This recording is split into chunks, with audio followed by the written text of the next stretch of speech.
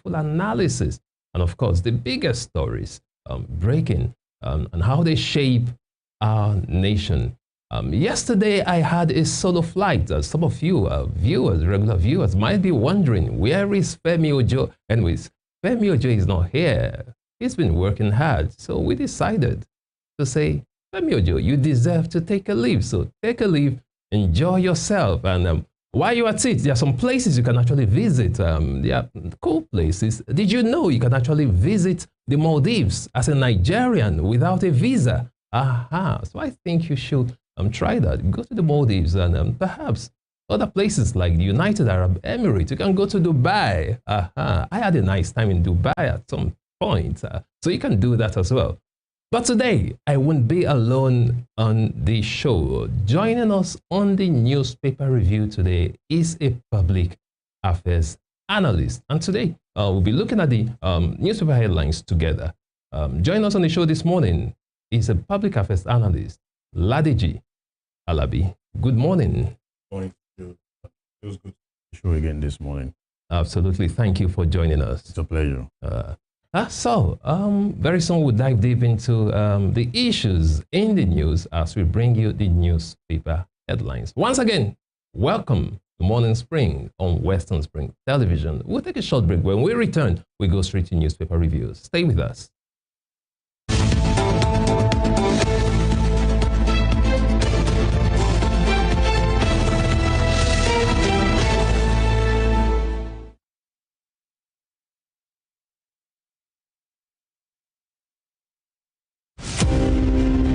Dramatist, playwright, and icon of Yoruba thematic arts, Duro Ladipo was born December 18, 1931 in Osogbo, southwest Nigeria. His clergyman father christened him Timothy. His other names, Duro Dola, Duro Shomo, Duro Rike, reflected his persona and the circumstances that surrounded his birth. The legendary stage actor had in several public fora identified himself as one of the greatest abikus born to die in this world. Family records reveal how he was born and died 13 times. The intertwining names he bore thus lent credence to his spiritism. Duro Ladipo was one of the best known and world-acclaimed Yoruba dramatists to emerge from post-colonial Africa. His notable works, Obakoso, Obawaja, and Moremi, took him beyond Africa to several parts of the world. By the time Duro Ladipo died on 11 March 1978, the Nigeria's first cultural ambassador had acquired a towering image as an artist whose works adorned the frontage of Trenchard Hall, University of Ibadan. Western Spring Television identifies Duro Ladipo as a major character in history.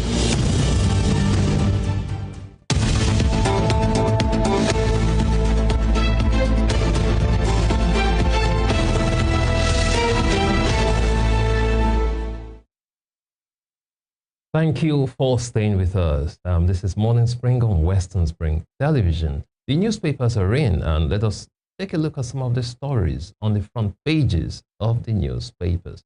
This morning we start with The Guardian newspaper. 51 varsities, others embroiled in illegal deductions from students' loans. 51 varsities, others embroiled in illegal deductions from students' loans. Quite interesting right there. We can see the graph below right there. You can see the histogram right there. We call this a bar chart. Below that's showing extra charges institutions make on each NEL fund applicants. NEL fund, that's talking about the Nigerian Education Loan Fund. This is quite interesting. Right there, you see different deductions by different varsities. You see the first one there, 15,000 naira, extra deductions, talking about extra charges institutions make on each NEL fund applicant. You see the first one there, 15,000 naira, extra charges. Then we see another one, 28,000 naira. Then another one, 25,000 naira. Then we also have 11,500 by another varsity. Then 20,000, 30,000, 17,500. 4,000 naira, 5,000 naira, 3,000, then we have 2,500, and of course 12,000 naira. These are various deductions from students' loans. Now Fund actually started operating, that was last year when in the inception of the Nigerian Education Loan Fund, and they claim that since May 2024, they have disbursed about 45.1 billion naira as loans to students. And some people are raising concerns, some Nigerians are raising concerns that this is not working. What's your opinion on this, on the Nigerian Education Loan Fund for varsity students? Well, I think it is a good idea. It is something needed, at least to cushion the effect of the not well thought removal of fuel subsidy. And you know that this is an economy that is majorly dependent on, crude oil. Whatever we make from crude oil is what we share as a nation. So, but government had to put that money in some other places. But it's sad that we are now hearing that universities are now charging, on those loans. Don't forget, if it is called a loan, it means it has to be repaid. And if it is not the university giving out the loan, I don't know why they are taking charges on them. If anybody is to take any charges on them, maybe the federal government or the approved agency who is in charge of this loan. So I don't know why universities are the ones, charging students. Don't forget also, aside, the tuition fee that students pay in these universities, there are other, funny fees they pay, departmental fee, whatever levy, internet fee, this sport fee. Even if you are not participating in any sporting activities, you must pay, a lot of them like that. So I don't see any justification for the universities charging or deducting from the loans that the students. Quote and unquote, a lot of people have been asking the question, how did government plan to take back the loan? But that's another conversation entirely. Absolutely. However, if let's give it that the government is going to take back the loan, so why are you charging them for it? You are not the ones who are giving them the loan. Again, don't you think since the loans are meant for the students, they are supposed to be disbursed directly to the students? Otherwise, how would the institutions be making deductions? If the loans were being disbursed to them, then we won't be talking about deductions in the first place. I think that's to curb diversion of the fund. Don't forget, at the time we say we are giving out agricultural loans to people, and it was colonized, quote and unquote, by political farmers, people who don't even know the road to the farms. Do you get? So I think it is a wise thing to do by the government, putting the money on the school portal for the student, so that this money will be used for the purpose. It is called an education loan. Do you get? Absolutely. If it is paid directly to a lot of students, funny things, you hear funny stories now.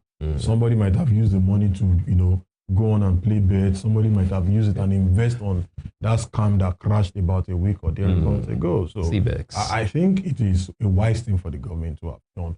Put the loan in their portal or pay it to the school, but unnecessary for the school to be deducting from it. Absolutely. Away from that, moving on to other stories on the front page of the Guardian newspaper. Alleged $1 billion fraud. Suspected Seabox promoter surrenders to EFCC. Alleged $1 billion fraud. Suspected Seabox promoter surrenders to EFCC. I hope you did not invest in Seabox. Well, I don't do money doubling. You don't do money doubling. Yeah. No, when Seabox came, they didn't call it money doubling. We've had a guest on this show, an investment expert, who said at some point he was almost tempted to join Seabox.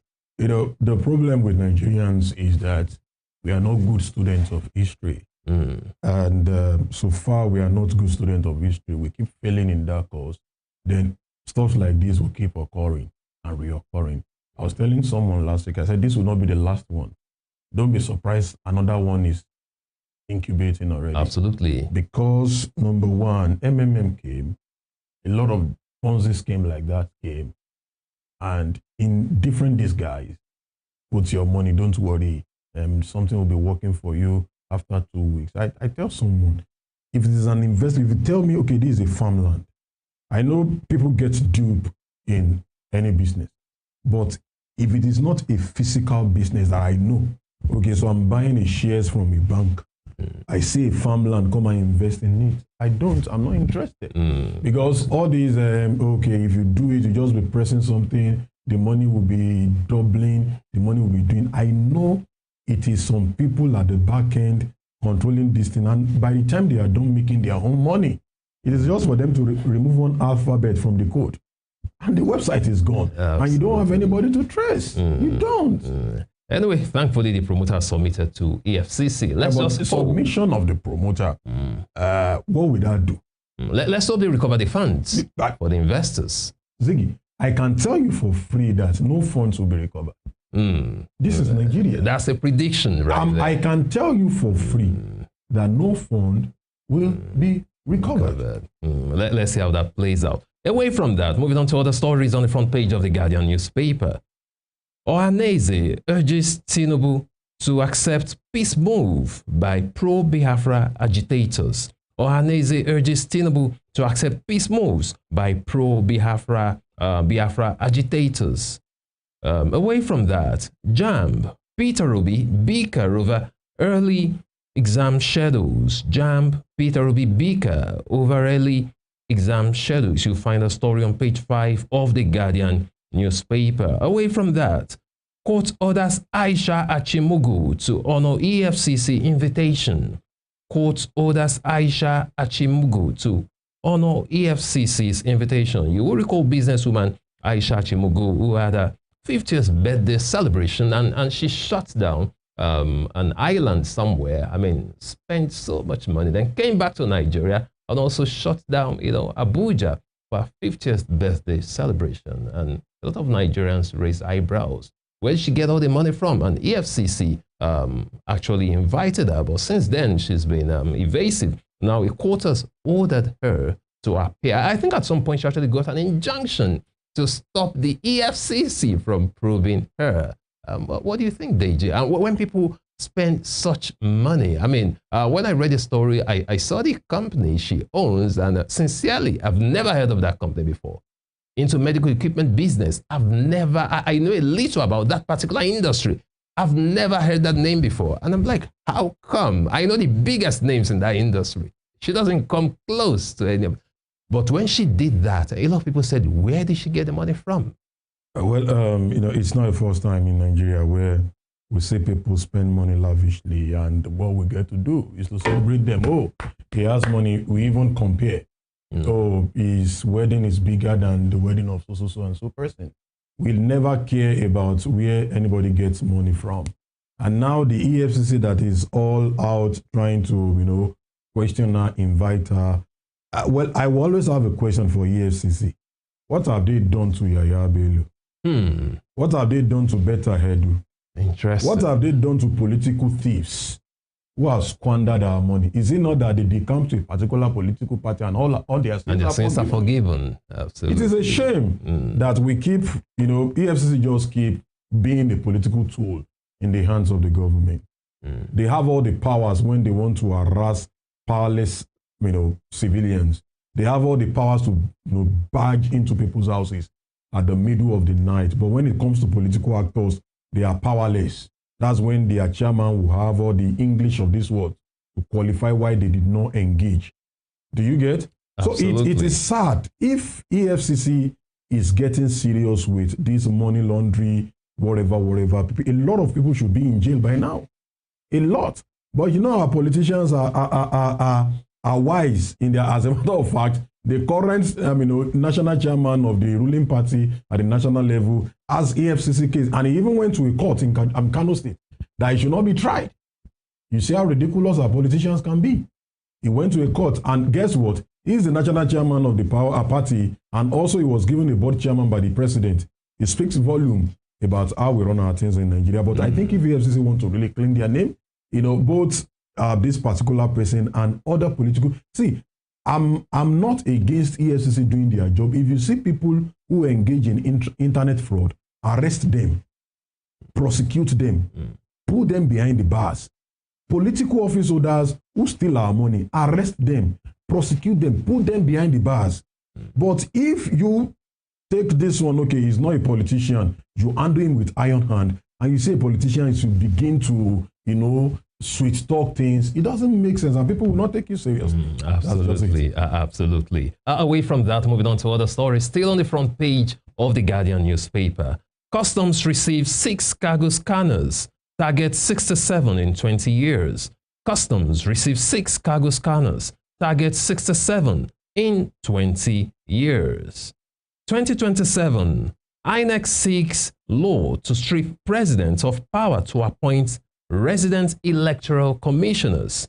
2027, INEC seeks law to strip president of power to appoint resident electoral commissioners. Away from that, El-Rufai, Lukman maintain opposition as APC receives Oboriwori Okowa. El-Rufai, Lukman maintain opposition as APC receives Oboriwori Okowa. And at the bottom strip right there, husband of late gospel singer Osinachi sentenced to death by hanging. Husband of late gospel singer Osinachi sentenced to death by hanging. You recall late gospel singer, the famous Osinachi Nwachukwu, who was allegedly killed by her husband. A federal high court ruled in Abuja yesterday and sentenced the husband, Mr. Osinachi, to death by hanging. He was found guilty of culpable homicide. Deji, what's your reaction to this? Well, it's sad that something that started as a love story is ending this way. When the news of the death of the woman Osinachi, the crooner of this popular worship song, I've forgotten the title now. When the news of her death came, Ekwueme, yes, thank you. It met a lot of us, as a root shock, because nobody thought it was going to happen like that. But the husband has been in the highs of the storm, ever since then, into the fact that it was alleged to have been, domestically abusing this woman over and over again. And now it has been said, don't forget also, it's a legal proceeding. This is just a federal high court. He has the legal right to appeal it. Oh, so you think they might actually appeal? Of course, his lawyer would actually want him to exhaust all the options before, final, maybe at the later stage, when the final court now gives approval for his death. Well, when last have you seen, a governor or, a president approves, or sign a death warrant? We wait and see what will become of this man. But it's sad. It's just to encourage our people out there, as a family, if there are issues in the family, I think the best way is for both partners to look for a way to settle it. Getting physical with ourselves is not the best way, and trying to unalive, someone you claim you love is not the best for all. Absolutely, quite an unfortunate one right there. And that'll be all from the front page of the Guardian newspaper. We move straight to the front page of the Punch newspaper this morning. NNPCL under fire as $897 million Warri refinery revamp flops. NNPCL under fire as $897 million Warri refinery revamp flops. With riders, Warri refinery shutdown drags on since January 25. Port Harcourt refinery struggles at under 40% production capacity. Quite interesting. $897 million refinery revamp has actually flopped. Talking about Warri refinery. And look at Port Harcourt refinery as well, functioning at under 40% capacity after all the noise they made. What exactly is happening in Nigeria? What is happening truly is the lack of political will. Our governments are not sincere when it comes to things that affect lives of citizens. We know how important the issue of PMS is to average Nigerian. We know how many people are under the employment of the refineries. We know what these refineries will do to our economy if both the one in Warri and the one in Port Harcourt are functioning at least 90-95% of their capacity. We know the good this will do to our economy. But our political office holders, are they going to make it happen? No, because their interest is elsewhere. They are more vested in investing on importing PMS from outside, because that's where they see the bigger money. If a single individual, Aliko Dangote, can focus how many years on investing in refinery, and he has built one of the biggest in the world, running it, making it work, then what has happened to Nigeria of over 200 million people with our GDP, with what we call ourselves the giant of Africa? We cannot make our refinery work. Ajaokuta Steel Company is there, moribund, and we spend billions of naira every year. But guess what? We are not concentrating on solving the problem. We always know how to, roam about. Don't forget, just recently, the State House want to spend 10 billion naira to build a solar panel for Aso Villa. It shows what they are telling Nigerians is, to I tend Israel. Whatever happens to you guys. Unfortunate, DG. And talking about refinery, talking about Port Harcourt Refinery. In 2019, I paid a visit to Port Harcourt Refinery. My team and I went on a working visit. We went around Port Harcourt Refinery, and I was shocked at the level of, I just saw it as a massive waste. I got back to my hotel room that night. I lost my appetite. Things are not working. Of course, that was 2019, and today we are still having the same story. Don't forget, on Port Harcourt Refineries, we've seen lies upon lies upon lies. You remember last administration, in fact, they even went to lit up the gas at the time. They said the refinery has started working. 2 days later, they came back to say, you keep lying to people as if we are fools. And former President Obasanjo said it boldly that refinery would not work. And they had to invite him. He said, oh, it's working now. Come and see for yourself. What exactly is it? Rocket science to make a refinery work? Daniel, it is not a rocket science, but we lack the political will. Political will in the sense that this thing can work, but I won't make it work because it doesn't serve my interest. That's just the problem we have in this country. Look at insecurity. Is it a rocket science? No.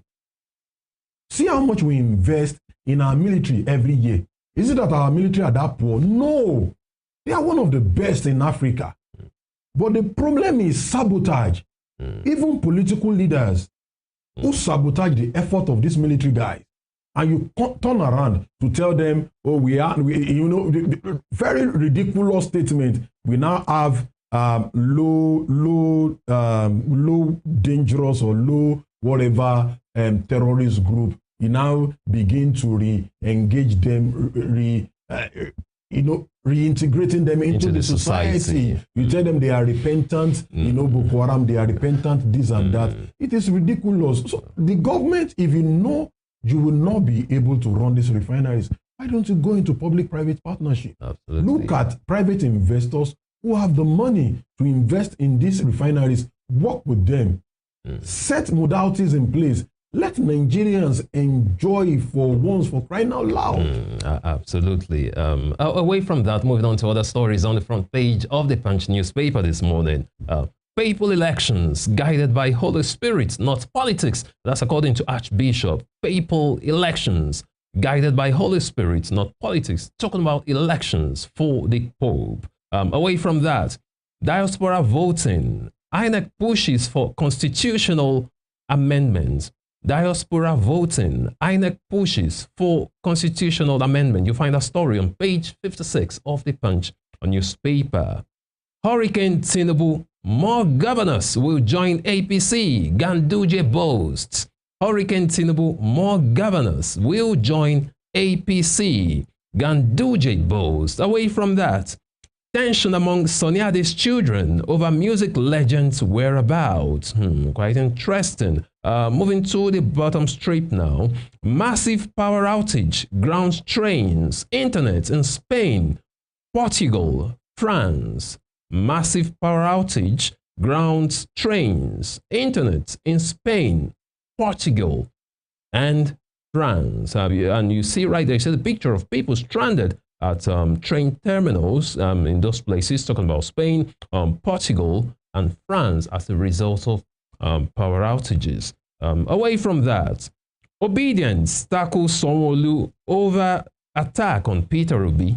Obedience tackles Sanwo-Olu over attacks on Peter Obi. Recently, Mr. Obi spoke at a particular lecture somewhere outside Nigeria. I think it was at Harvard. He gave a lecture and he spoke concerning the situation of things in Nigeria. Then Sanwo-Olu has responded, claiming that Obi didn't do better when he was governor. Now Obedience attacking him for those statements. Away from that, because of time now, gender advocates hail death sentence for late Osinachi's husband. Gender advocates hail death sentence for Osinachi's husband. You find a story on pages 4 and 5 of the Punch newspaper. And finally, from the front page of the Punch newspaper this morning, alleged fraud.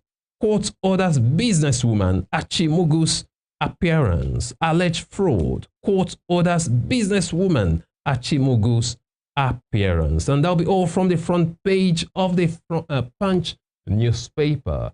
We move to the Daily Trust newspaper. Let's check out some of the stories on the front page of the Daily Trust newspaper this morning.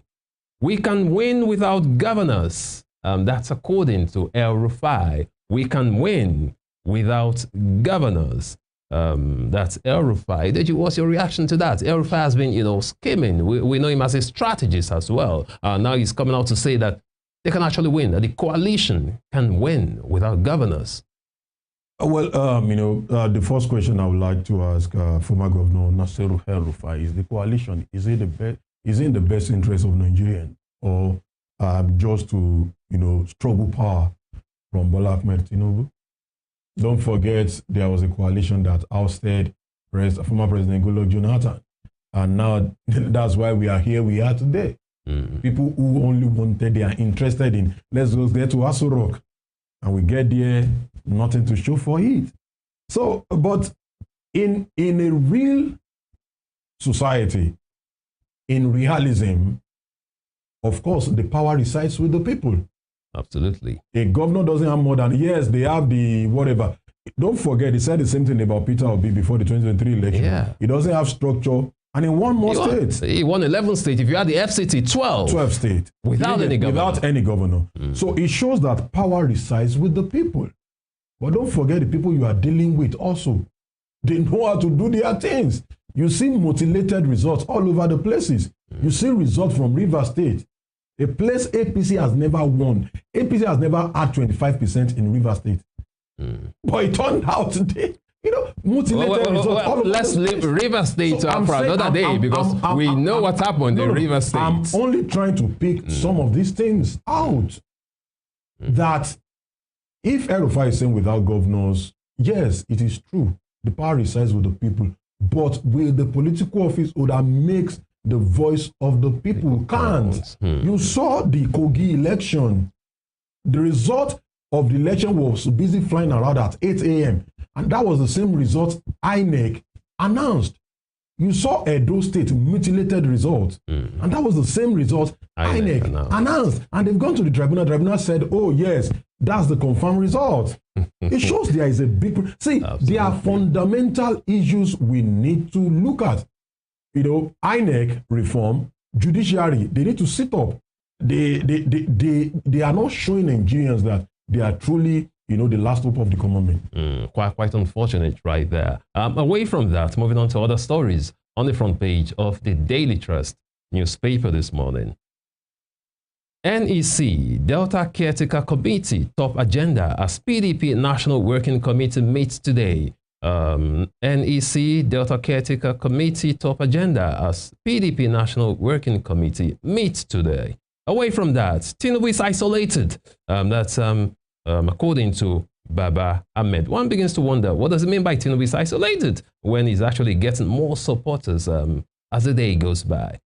Away from that, electricity-related incidents kill 112 in 2024. Electricity-related incidents kill 112 in 2024. And right at the middle of the page, you see the picture of JAMB candidates talking about Joint Admission Matriculations Board, CBT, candidates being screened by security agency just before their examination. At the bottom strip of the Daily Trust newspaper, how local government election exposed rifts between Niger governor, deputy. How local government election exposed rift between Niger governor, deputy. Away from that, Benue court violence claims 20 lives in 6 months. Benue court violence claims 20 lives in 6 months. Osinachi's husband sentenced to death by hanging. And finally, from the front page of the Daily Trust newspaper, residents flee as Boko Haram intensifies attacks on Adamawa villages. And that will be all from the front page of the Daily Trust newspaper. And also that will bring us to a conclusion of the newspaper review segment on Morning Spring this morning. I must say thank you very much to Ladiji Alabi for joining us this morning. It's a pleasure to be here this morning. Thank you. And we'll take a short break right now. When we return, the program continues. You do not want to miss the next segment. Please stay with us.